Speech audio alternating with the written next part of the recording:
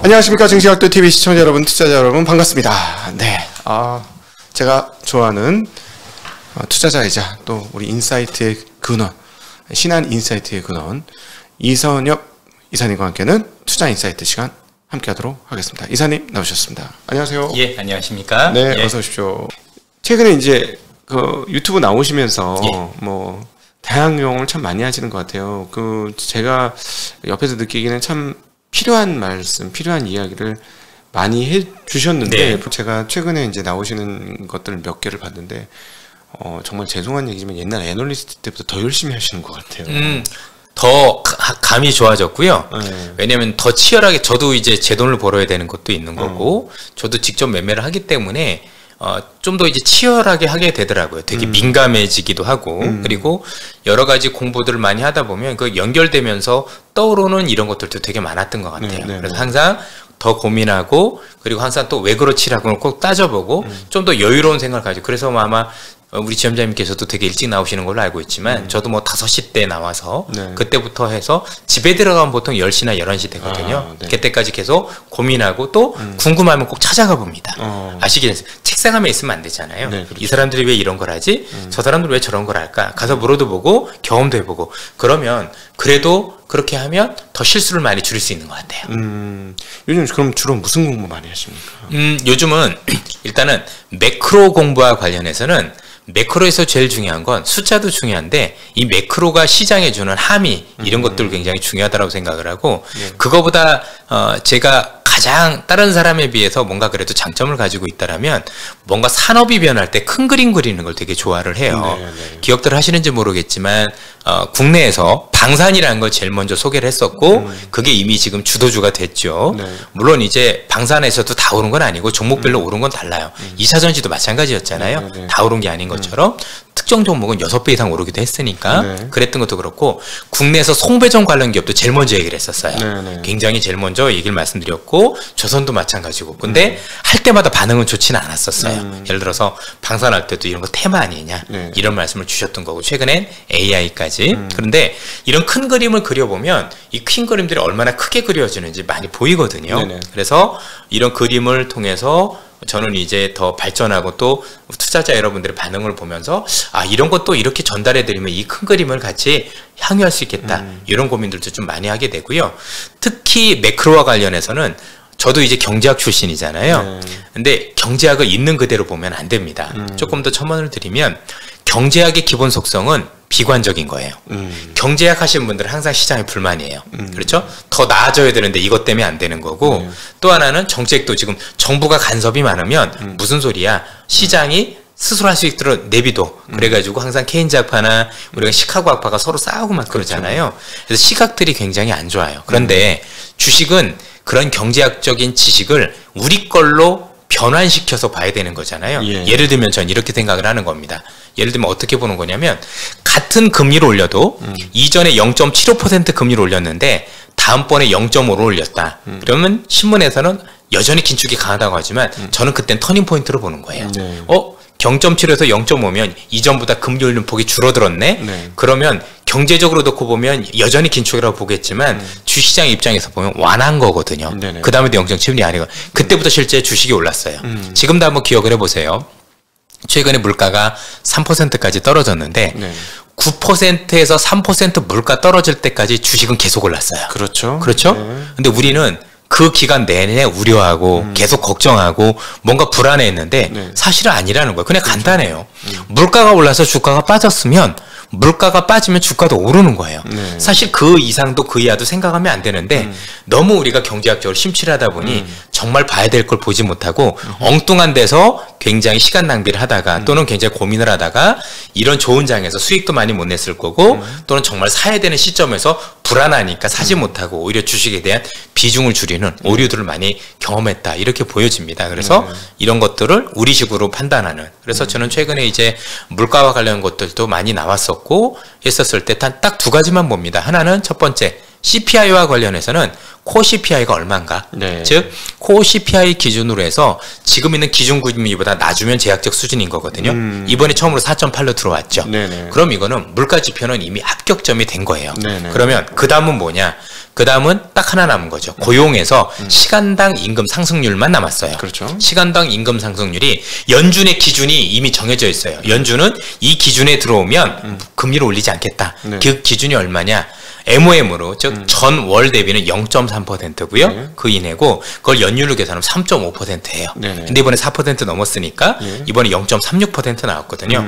요게 3% 이내로 들어오면 사실상 금리를 중단한다. 이 두 가지를 보는 거고 네. 이 두 가지는 제가 자기적으로 말씀드린 게 아니라 연준이 공통적으로 얘기하는 거였어요. 네. 파월 의장 얘기 보면 고용시장에서 임금 상승률이 얼마여서 그렇죠? 또는 앞서 말씀드린 것처럼 물가 중에서는 코어 CPI가 얼마여서 이런 거죠. 네. 서비스 물가가 아직도 그런 물가가 높아서 이런 얘기를 하는데 그 높다 낮다 기준이 이 두 가지거든요. 예. 한 가지는 충족이 됐으니 앞으로 나오는 고용 지표에서 시간당 임금 상승률만 0.3% 이내로만 들어오면 네. 사실상 연준은 긴축이 중단된다라는 그것만 보시면 됩니다. 네. 그런데 이거를 만약에 모르시고 보시게 되면 이렇게 되죠. 나와도 이게 긴축을 중단한 거지 아닌지 우리가 판단하기가 어렵잖아요. 그렇죠. 그러니까 최소한의 기준을 세우고 그 안에 들어온지 아닌지 그것만 보셨으면 좋겠다는 말씀을 드리고 싶습니다. 네, 매크로는 그렇게 보시고 그다음에 실전 투자를 하시는 분이니까 바텀업이나 이거는 또 어떻게 하시는지.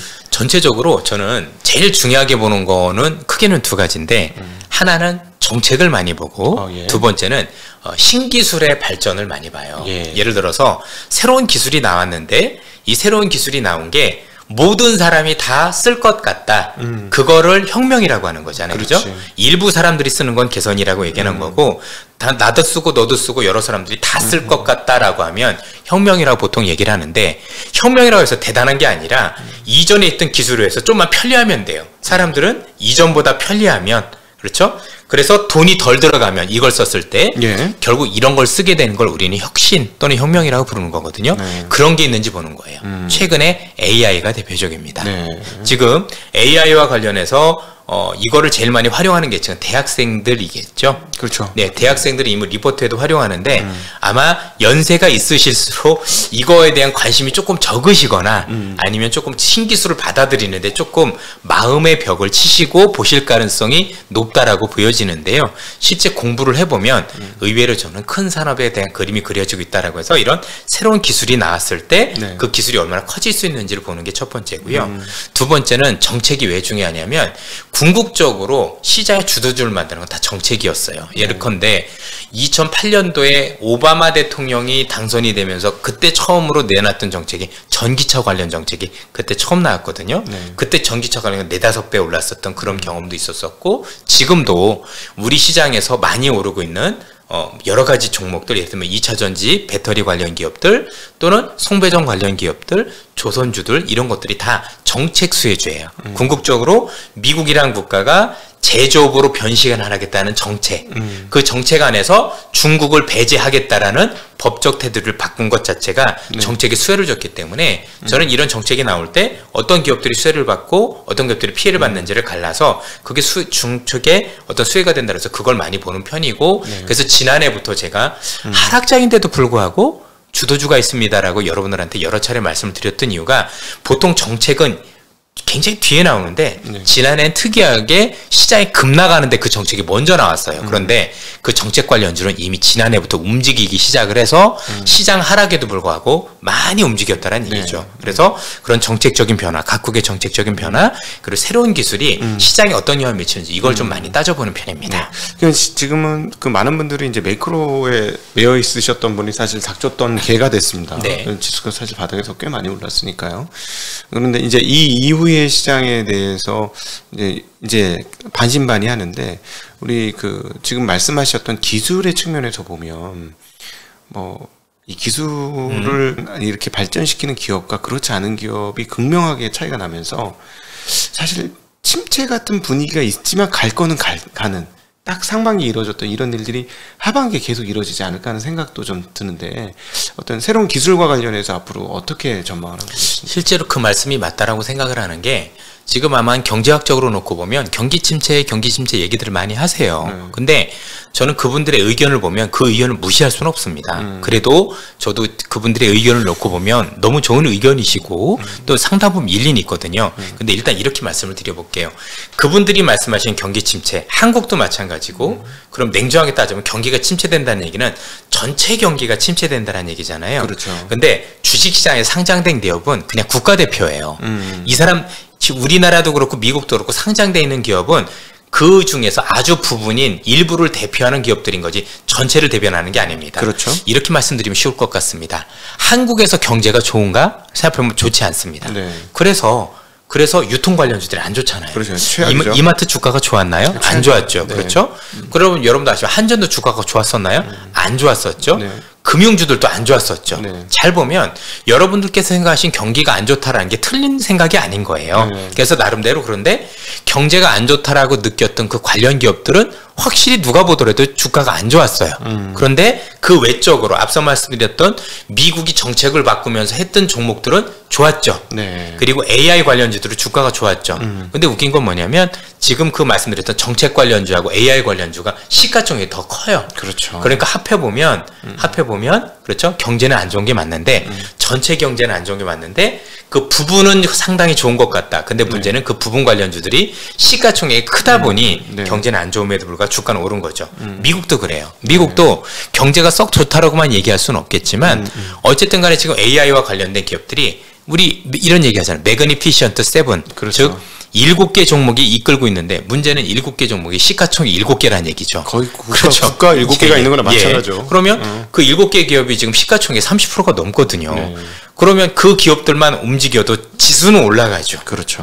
근데 경제는 안 좋다고 얘기할 수는 있는 거죠. 그러니까 전체는 안 좋지만 네. 부분은 좋은데 그 부분이 주가 지수라는 거죠. 네. 그러다 보니 아마 많은 분들이 경제에서 느끼는 거하고 지수하고 따로 움직이는데 이걸 동일시 하시는 것 같아요. 경제는 주가하고 가치가 그렇진 않은 일들이 전혀 많이 벌어지더라. 예. 그래서 국가대표는 우리는 선발하는 그 기업들만 보는 거지 않습니까? 네. 그렇죠? 그런 기업들 중심으로 봐야 될 거라고 생각을 하고 그래서 아마 앞으로도 여기 계신 많은 분들께서 경기 지표와 시장이 괴리가 돼서 움직이는 거를 다시 계속 볼 것 같아요.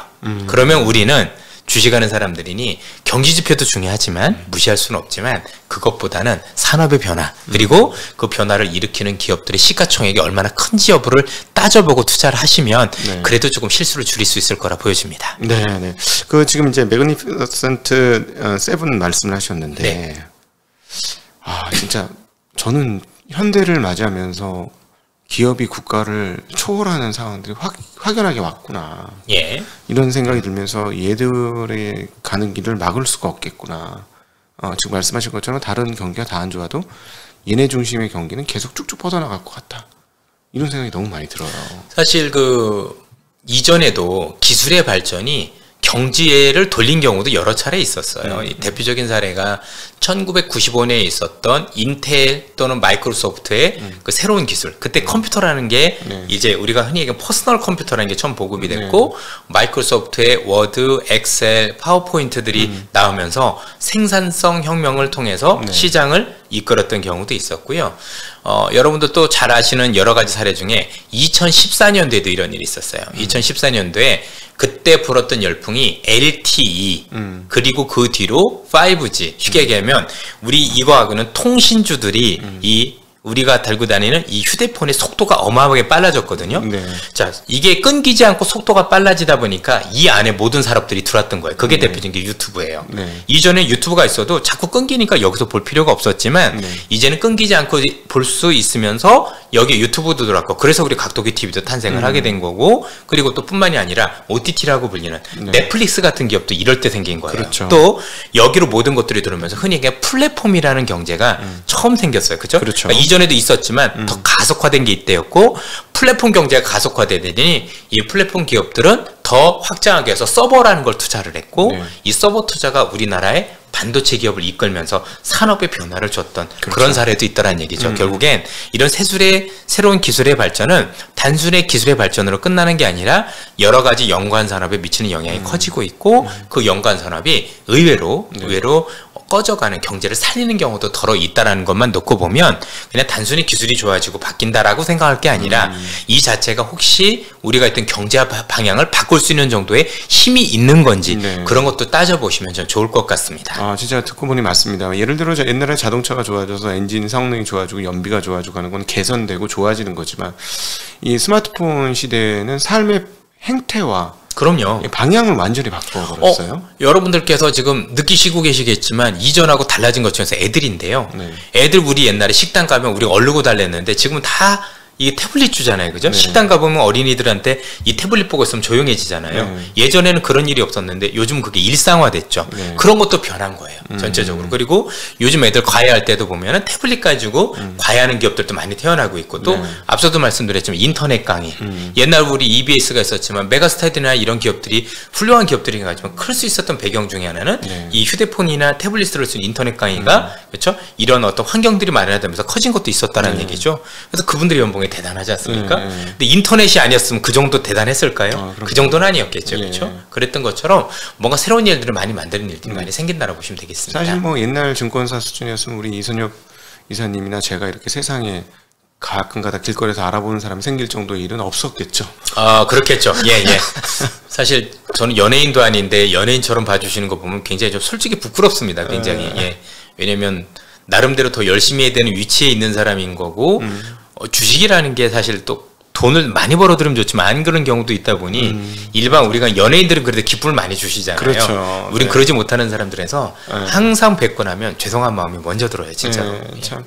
근데 참 괴리가 있습니다. 잘하고자 하지만 우리의 뜻이 제대로 전달 안 되는 일이 또 여기인 많이 것 같아요. 있죠. 네. 너무 안타까워요. 그래서 이 대중심리와 군중심리, 투자 군중심리는 우리가 어떻게 역행하고 싶어도 역행하기가 좀 어려운 것 같아요. 안타깝고 저는 그런 것 같습니다. 그냥 여러분들의 군중심리도 여러 가지가 있을 수 있겠지만 분명한 거는 항상 군중들이 그렇게 한꺼번에 다 몰려갔었을 때는 그 방향으로 시장은 잘 안 움직였던 것 같아요. 그렇죠? 그렇죠. 예, 많은 분들이. 그래서 항상 좀 더 냉정하게 시장을 좀 바라보실 필요가 있고 어디에 휩쓸리실 필요는 저는 없다라고 생각을 합니다. 네네. 자기 중심을 가지고 주식을 하시다 보면 뭐 그리고 또 보시는 분들 많은 분들이 다 특징이 다르실 거잖아요. 그죠? 어떤 분은 가치주를 좋아하실 거고 네. 어떤 분은 성장주를 좋아하실 거고 여러 가지가 있을 거니 여러분들한테 맞는 주식을 하고 또 저뿐만이 아니라 저보다 훨씬 더 잘하는 맞는 분들이 있으면 그분들에 대해서 좀 얘기를 귀를 기울여 보시는 게 좋지 않을까 싶습니다.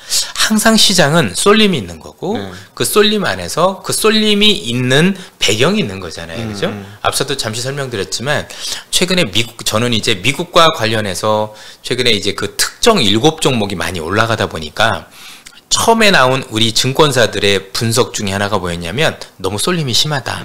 특정 종목 중심으로 올라가면 오래가지 못한다. 라는 분석이 나왔었는데 그 분석을 보면 전 되게 안타까웠어요. 두 가지 면에서.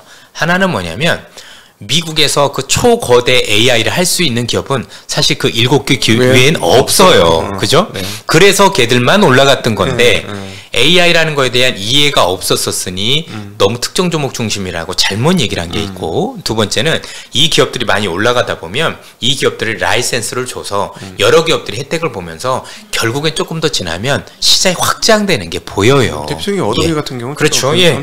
충분히 보이는데 그런 판단은 없이 그러니까 그 산업에 대한 정말 깊은 이런 공부가 없이 단순히 그런 현상만 보고 오래 못 갈 것이다라고 얘기했던 것 자체가 굉장히 안타까웠어요. 네네. 그래서 어떤 것들이 그렇게 특정적으로 움직이면 항상 공부를 더 많이 해봐야 되는 게 꼭지에서는 특정 종목이 움직이면 꼭지가 맞는데 네. 지수가 바닥일 때 특정 종목들 중심으로 움직일 때는 그게 새로운 산업군을 형성하는 경우가 일반적이었고 저희 신한에서도 그런 자료가 또 우리 리서치에 좋은 자료가 나왔었잖아요. 그래서 오히려 마음의 문을 항상 열고 왜 얘들만 오르지? 특별한 이유가 있나? 이런 따져보는 버릇 좀 있었으면 좋겠습니다. 우리 선배님이다 보니까 이런 얘기 저런 얘기를 많이 들었었는데 자 그러면 앞으로 미래에 어떤 산업이 우리를 이끌어갈 주도 우리가 투자해야 될 또는 시야를 열고 관심을 가져야 될 어떤 영역이 그런 영역이 될 거라고 저는 보실까요? 일단은 지금 세 가지로 따져봤어요. 첫 번째는 최근에 미국 시장에서 이제 7월에 금리 인상이 진짜 마지막일 거냐를 우리가 조금 더 확인해 볼 필요는 있을 것 같습니다. 네. 예를 들어서 이제 지금 최근에 나왔었던 소비자 물가 지수로 인해서 많은 분들이 금리를 이제 2번까지는 아닌 것 같고 한 번 정도는 올릴 수 있지 않을까라고 해서 이전에는 2번 정도 올릴 수도 있지 않을까라는 우려에서 그게 줄어들기 시작을 했거든요. 네. 그런데 이런 게 고착화되면 흔히 얘기하는 긴축에 대한 종료 기대감이 높아지는 거잖아요. 그렇겠죠. 그러면 시장에서 놓고 보면 가장 중요한 변화는 환율 시장의 대변화가 일어나는 거예요. 예컨대 드디어 원화나 원달러 환율, 즉 달러가 추세적인 약세 네. 또는 원달러 환율이 추세적인 강세로 전환될 가능성이 높아지는 거죠. 물론 네. 정도의 차이는 있겠습니다만 우리가 옛날처럼 무슨 뭐 1,100원 이런 건 아니겠죠. 그런 기대까지는 아니라고 하더라도 어느 정도 환율 시장에서 큰 전환점이 오면 일단 이것과 관련된 기업들 지수가 좋아질 수 있겠죠. 그러겠죠. 예컨대 한국 시장과 관련해서 외국인들이 볼 때는 환차익만 노릴 수 있다고 하더라도 그렇죠. 지수를 중심으로 외국인들이 큰 기업들을 사면서 지수에 베팅할 가능성도 높아질 거고 네. 두 번째는 그동안 환율, 특히 원화가 대단히 약세였기 때문에 환율 때문에 망가진 기업들 또 반대로 생각을 하면 원화가 강세일 때 수혜를 보는 기업들 입장에서는 그렇죠. 제가 볼 땐 의외의 수혜 가능성도 높다라고 판단할 수 있을 것 같아요. 수출에 따른 변화도 그렇죠. 있을 것이고요. 그래서 네. 동시에 엔화도 동시에 강세를 띠기 때문에 네. 전체적으로 놓고 보면 환율과 관련해서 뭔가 정책적인 변화로 인한 수혜 기업들 또는 수혜 국가들을 1차적으로 찾아보면 저는 올 하반기에 좋지 않을까라는 생각을 가지고 있고요. 네. 두 번째는 앞서 말씀드렸던 미국의 정책적인 변화, 즉 미국이 현재 서비스업과 빅테크 기업 중심에서 제조업 중심으로 변하고자 하는 이 정책적인 변화는 일시적인 변화가 아니라 40년 만의 변화입니다. 저는 최소한 많은 분들이 이 변화가 아주 큰 변화라는 걸 느끼셨으면 좋겠어요. 정말 네. 큰 변화거든요. 그러면 이 관련 기업들은 최근에 많이 오르긴 했어도 네. 사실 여기가 끝이라고 말하기가 어려운 것 같아요. 물론 그 관련 기업들 중에서 종목별로는 분명히 나뉘겠습니다만 네. 나름대로 생각보다 더 움직일 개연성이 높다. 왜냐하면 보통 이렇게 크게 움직이는 경우에 통상적으로 이 기업들의 종말을 맞이하는 경우는 이게 다 좋다고 하니 너도 나도 공급자들이 많아지면 네. 문제가 되는데 어이없게도 지금 미국이나 유럽이나 이런 각국의 시장에서 이런 변화가 있음에도 불구하고 공급자들의 캐파 증설이 많지 않다라는 공통점들이 있어요. 그래서 생각보다 오랜 기간 이 향유를 느낄 수가 있지 않을까. 그래서 최근에 여러분들 주식하시면서 많이 느낀 게 주도주라고 불린 애들 잡아보긴 했는데 한 번 정도 매매해 보셨을 거예요. 근데 한 번 팔고 났더니 그 다음부터는 안 빠지고 계속 올라가서 되게 당혹스러운 일들을 많이 겪으실 텐데 이게 그거예요. 그래서 우선적으로는 미국이 정책적으로 변하는 이 변화가 얼마나 큰 건지 먼저 따져보고 거기에 따른 업종이나 기업에 대해서는 다시 한번 꼼꼼히 따져봤으면 좋겠다. 네. 저는 저는 여전히 그쪽이 더 갈 네. 거라고 보고요. 두 번째는 저는 지금 있는 이 인공지능, 이 AI의 발전이 한국 기업보다는 미국 기업 중심으로 정말 많은 시세를 주는 기업들이 많이 나올 것 같다. 예. 현재 있는 이 AI가 계속해서 개선이 되고 발전을 하면서 여러 가지 분야로 확산되는 것들이 많이 보이거든요. 그러면 이와 관련된 기업들 같은 경우는 우리가 생각하는 것보다 더 좋은 주가 반응을 보일 것 같아요. 많은 분들이 오해를 하시고 계시는데 지금 진행되고 있는 이 생성 AI를 통한 이 AI의 개선 발전은 단순히 컨셉이 아니라 네. 지금 생각보다 많은 기업들이 이로 인해서 실제 돈도 벌고 있고 또 앞으로도 돈을 벌 가능성이 많다라는 게 이전과는 다른 것 같아요. 이전에는 99년 이럴 때는 컨셉이었었어요. 네네. 이게 그렇게 되지 않을까. 근데 지금은 실체가 있고 돈도 벌고 있고 활용도 되고 있더라. 그래서 이런 기업들을 조금 더 고민하고 많이 찾아보시면 우리한테 더 좋은 기회가 올해 연말까지 저는 충분히 있을 수 있다라고 보여집니다. 아까 두 번째 말씀하셨던 이제 그 미국의 IRA 그리고 제조 구축. 예. 사실은 이 배경에는 상대편으로 중국이 있지 않습니까? 예, 예. 그럼 이 중국에 대한 제재는 계속 간다. 그렇다고 봐야 되겠죠. 최근에 이제 미국과 중국과 관계에서 이전에는 아시겠지만 디커플링에서 디리스킹으로 일단은 우리가 수위는 낮아진 건 맞아요. 그런데 수위가 낮아졌다고 하더라도 국가 안보와 직결되는 거에 대해서는 여전히 규제를 하겠다라고 하는 거고 네. 지금 우리 기업이 수혜를 받고 있는 건 다 그거와 관련된 기업들이에요. 그러다 보니 전반적으로 놓고 보면 이 수혜가 풀릴 가능성은 굉장히 낮다. 그래서 여전히 그 수혜가 지속될 것 같다라고 말씀을 드리고 싶고 오히려 미국과 중국이 디리스킹 흔히 얘기해서 이전보다 수위가 낮아졌으면 아마도 연말쯤에는 특히 이제 11월쯤에 샌프란시스코에서 회의에서 만날 수도 있다는 얘기를 하잖아요. 양국 정상이. 이래서 혹시 관세라도 낮춰주면 관세라도 낮춰주면 지금 미국이 중국에 어쨌든 관세라도 낮춰주면 양국 다 도움이 되거든요. 미국 입장에서는 아무래도 물가에 대한 부담을 더 낮출 수 있으니 긴축에 대한 부담을 더 많이 덜 수 있을 것 같고 또 중국 같은 경우는 또 당연히 해외에 대한 수출이 일정 부분 또 숨통이 트일 거니 현재보다는 조금 수출이 좋아지면 중국에 수출할 때 거기에 됐던 중간재 관련 국내 기업들 같은 경우도 일정 수준 수혜를 볼 수 있으니 여기에 대한 부분은 따로 분리해서 보실 필요가 있겠습니다. 네. 오늘 이렇게 나와주셔가지고 이렇게 깊은 인사이트의 이야기를 많이 해주셔가지고 너무 감사하고 또 투자자들에 대한 당부 말씀도 해주셔서 너무 감사합니다. 혹시 또 저희 증시학도 TV 구독자분들에게 또 따로 얘기해 주시고 계신 게 있으실까요? 일단 많이 사랑해 주시면 좋죠. 그렇죠? 예. 저희들이 많이 부족하더라도 지적할 거 있으면 지적을 해 주시고요. 그러면 저희들이 그런 것들을 반영을 해서 더 열심히 하려고 하고 있습니다. 그래서 저희들 많이 예쁘게 봐주시고 앞으로도 더 많은 사랑 주셨으면 좋겠습니다. 네. 감사하다는 말씀밖에 드릴 말이 없는 것 같습니다. 네. 예. 감사합니다. 이렇게 항상 아껴주시고 응원해 주셔서 너무 감사하고 그 응원이 저희들로 하여금 새벽 5시 출근 저녁 10시 때 건강관리도 하셔야죠. 그래서 가끔 요즘 고장 날 때가 좀 많이 생기고 있습니다. 그러니까요. 네. 건강관리. 예. 그래서 요즘 출연을 이렇게 하려고 했다가 못하는 경우도 생각보다 많아졌었어요. 네. 길게 가셔야죠. 네, 그러니까요. 지금 제가 우리 이서면 이사님 알았을 때와 지금으로 이렇게 본다면 그야말로 일신 우일신 계속 끊임없이 발전해 나가고 계시다. 라고 그건 제가 옆에서 지켜본 바로 말씀드릴 수 있을 것 같아요. 그래서 그런 모습 너무 후배로서 본받을 만하고요. 그래서 너무 감사하다는 말씀도 또 전하고 싶습니다. 같이 가셔야죠. 네. 예. 저도 열심히 하겠습니다. 좀 놀으려고요, 이제. 자, 오늘 함께 해주신 모든 분들께 깊이 감사드리고요. 이선엽 이사님께도 감사의 말씀드립니다. 함께 인사드리겠습니다. 고맙습니다. 감사합니다.